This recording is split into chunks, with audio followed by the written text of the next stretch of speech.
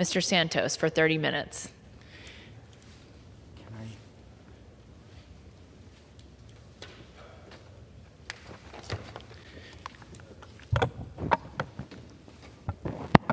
Thank you, Madam Speaker. I rise today to honor the dedicated men and women of the United States Coast Guard Sector Long Island, located in NY3, that stretches from Eaton's Neck and just beyond Kings Point. It is one of the oldest Coast Guard stations in New York and the fourth oldest in the United States.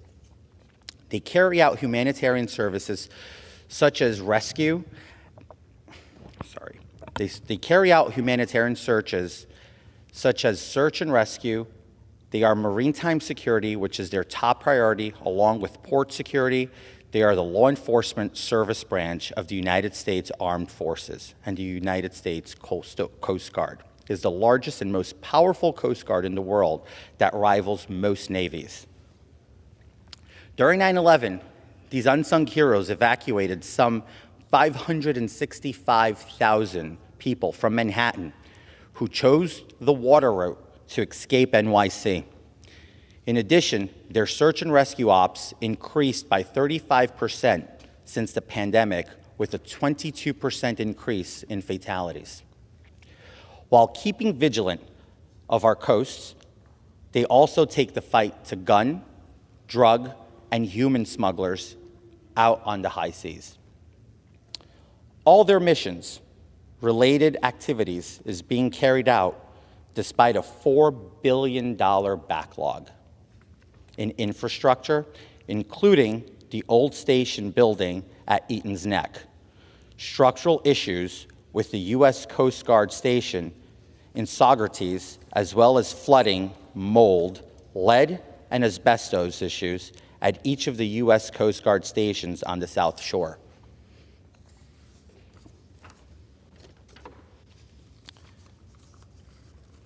Because of these conditions, the Coast Guard staff must clean up the basements late at night instead of getting proper sleep after handling search and rescue operations all day.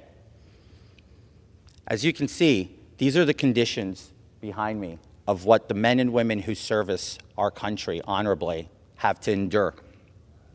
While all of this is being carried out with about 100 reservists and 40,000 members, some of whom have difficulty receiving mental health services, being stationed at some of these facilities can become a long and lonely mission due to long winters and very little social life. Sadly, they are also pay and housing issues. Some U.S. Coast Guard staff are utilizing food pantries and have difficulties finding affordable housing within enough driving distance of their station. This results in a morale and recruiting issue. Lastly, there are some 3,000 offshore wind turbines that are coming and posing a major concern for the Coast Guard when it comes to performing search and rescue. Their helicopters would have to carefully navigate a waterway during a rescue operation without getting caught up in the wind turbines, in addition to Coast Guard vessels having difficulties with their radar capabilities navigating in and around these windmills.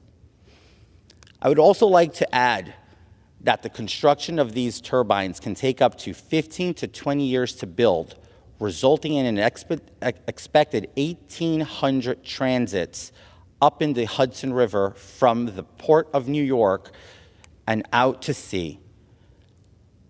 This places a huge responsibility on the shoulders of the Coast Guard to ensure the safety of all those types of boaters and vessels. I highlight these concerns because they operate under a limited budget. They deserve proper pay, rest, housing, medical, as well as mental health. And above all, our sincere gratitude.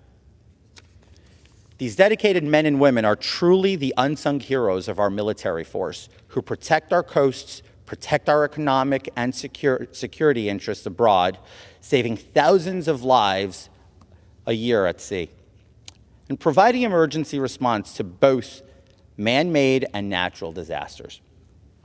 The Coast Guard ethos are in service to our nation with honor, respect, devotion to duty, we protect, we defend, we save. We are Semper Partus. We are the United States Coast Guard. I thank the U.S. Coast Guard for their dedication to protecting our coastal borders and keeping those at sea safe from harm.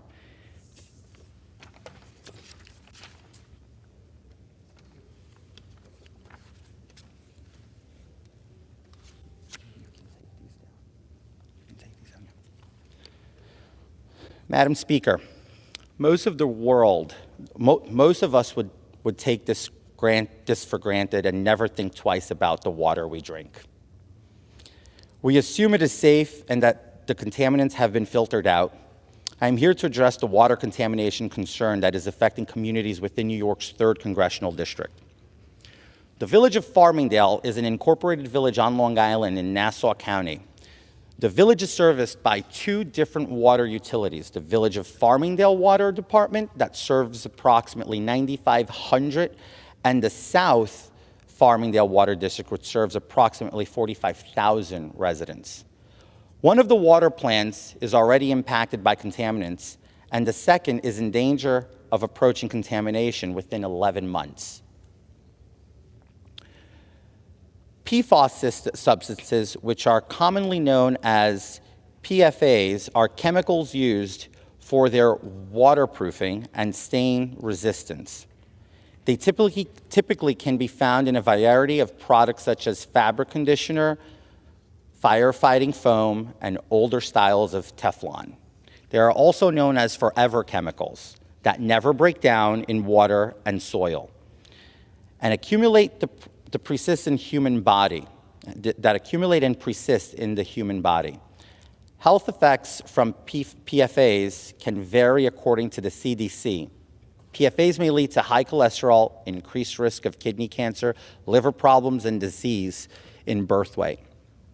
Currently, the village of Farmingdale is trying to address these emerging contaminants, including 1,4-dioxin and PFAs that are emanating from plumes in the aquifer from various hazardous waste sites outside of the boundaries of the village. The village is in the process of constructing an advancing oxidation plant, AOP, and granulated activated carbon filters to remove PFA and 1,4-part dioxin compounds at this location. In reality is, in 11 months, 9,500 people in the village of Farmingdale are at risk of having no access to clean water if we do nothing about it. Unfortunately, these contaminants have already impacted one of the water supply wells located at Eastern Parkway, where the village operates a 1.73 million gallon per day well, also known as Well 1 of 3. As a result, Well 1 of 3 has been offline since July of 2021, and the village of Farmingdale has declared an emergency. In December of 2019, the New York State Department of Environmental Conservation directed the installation of sentinel wells near the village of Farmingdale's boundaries, which is a short distance of approximately 1,500 feet of both water plants, to monitor the toxic plume and the impact. A sentinel well is a groundwater monitoring well located between a known area of groundwater contamination and drinking water supply well. This pending contamination necessitates that the village of Farmingdale implement costly filtration systems not just for Well 1, but also for the 2 remaining operational wells, 2 and 3. Farmingdale's most recent sample indicates a significant increase in contamination concentrations of the 2 remaining operational wells. Concentration in these sentinel wells exceed the current standards. Concentration of 1,4 parts dioxin have risen from 1.7 ppb parts per billion in June of 2021 to 3.4 parts per billion in March of 2022. In 2017, a nonprofit known as the Environmental Working Group collaborated with scientists, aggregated and analyzed data from 50,000 local water utilities in all 50 states. For the village of Farmingdale, the group discovered 6 contaminants across the supply between 2012 and 2017. The following contaminants include corium, nitrate, nitrate, radium, arsenic, and radium. For the village residents, the business to have a safe supply of potable water, the village is preparing contingency plans, which will also have a significant financial impact on this small village. This is just one small community facing contaminated water, and unfortunately, they are not alone. While I am pleased that New York became the first state in the nation to adopt drinking water standards, but at the federal level, we should be doing more to invest in our water infrastructure improvement projects. Clean water should never be a luxury to any community. In fact, clean water should always be a right to every American citizen.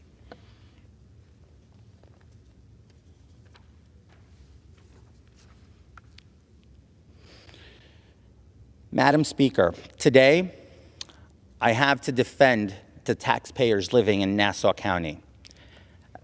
As Long Island becomes less affordable and inflation disrupts our everyday lives, Long Islanders are struggling to pay taxes. Our homeowners in Nassau County are now being required to pay an additional 2.06% in school taxes for 2023 through 2024. Nassau County ranks amongst 8 counties nationwide with the highest median property tax, which consists of 60% in school tax. One of the more affluent school districts in New York 3, Jericho, is proposing a 2.77% tax increase. The district will pay an additional $2.6 million in health insurance, along with $700,000 more for public school bus transportation. This is why the taxpayers of Long Island would greatly benefit from my bill, H.R. 1360, the SALT Relief Act. All taxpayers need a buffer, especially during times of economic hardship. My bill is designed to keep money in taxpayers' wallets while keeping residents on Long Island.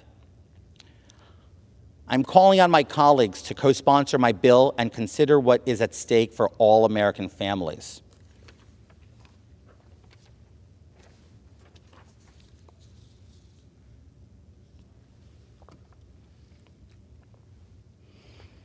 I'd like to take the time to congratulate Emily Kim and Kevin Zhu of Jericho High School on becoming finalists in the 2023 Regeneron Science Talent Search. Both Emily and Kevin had the experience of presenting their research for a week in the nation's capital and were awarded $25,000 based on their research skills and promise as scientists. Emily and Kevin were chosen to compete out of 1,949 students from 628 high schools across 48 states, Washington, D.C., Puerto Rico, and 4 other countries. Emily's project studied activated carbon and its potential to treat the wastewater produced by the fast fashion and textile industries. Kevin Zhu's project studied change in DNA associated with neurological disease and how the changes can serve as a measurable indicator for future cancer blood tests. These extraordinary students, although very young, have set the bar for the many likely to follow in their footsteps. Now, more than ever, scientific research and STEM skills are vital to solving some of the world's most complex problems. Bright minds such as Kevin and Emily's are the cutting edge of the breakthrough discoveries. Congratulations to you both, and may you have a great success in the future and in your career.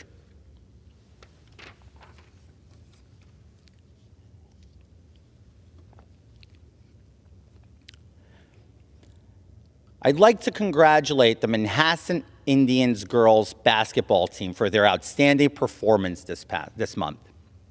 On March 11th, they played an impressive game and what many argue to be the most competitive game all season. With just 70 seconds left and what appeared to be their certain defeat, The girls gave it their all and scored 6 straight points, including an astonishing free throw from senior grad Caitlin Barrett. Their junior forward, Lauren Perfetto, scored 12 points and grabbed 11 rebounds in what some have called the best game of her career. The girls tied the game at 45 and went into overtime, then wrapped the game with a 3-point lead. With demonstrated composure, resilience, and teamwork, the Manhasset Indians set the bar in athleticism. I know that you work so hard, and thank you for making this historic mark in Manhasset's history. Keep your chin up, ladies. Congratulations to the Manhasset Indian girls basketball team. Madam Speaker, it's an honor to serve in the House of Representatives, and it's an honor to represent the constituents of the 3rd Congressional District of New York, and to come here every day and fight for the interests of our constituents. I want to thank the Speaker and the staff for all your work and for all the dedication to the American people. And with that, I'd like to yield back the balance of my time.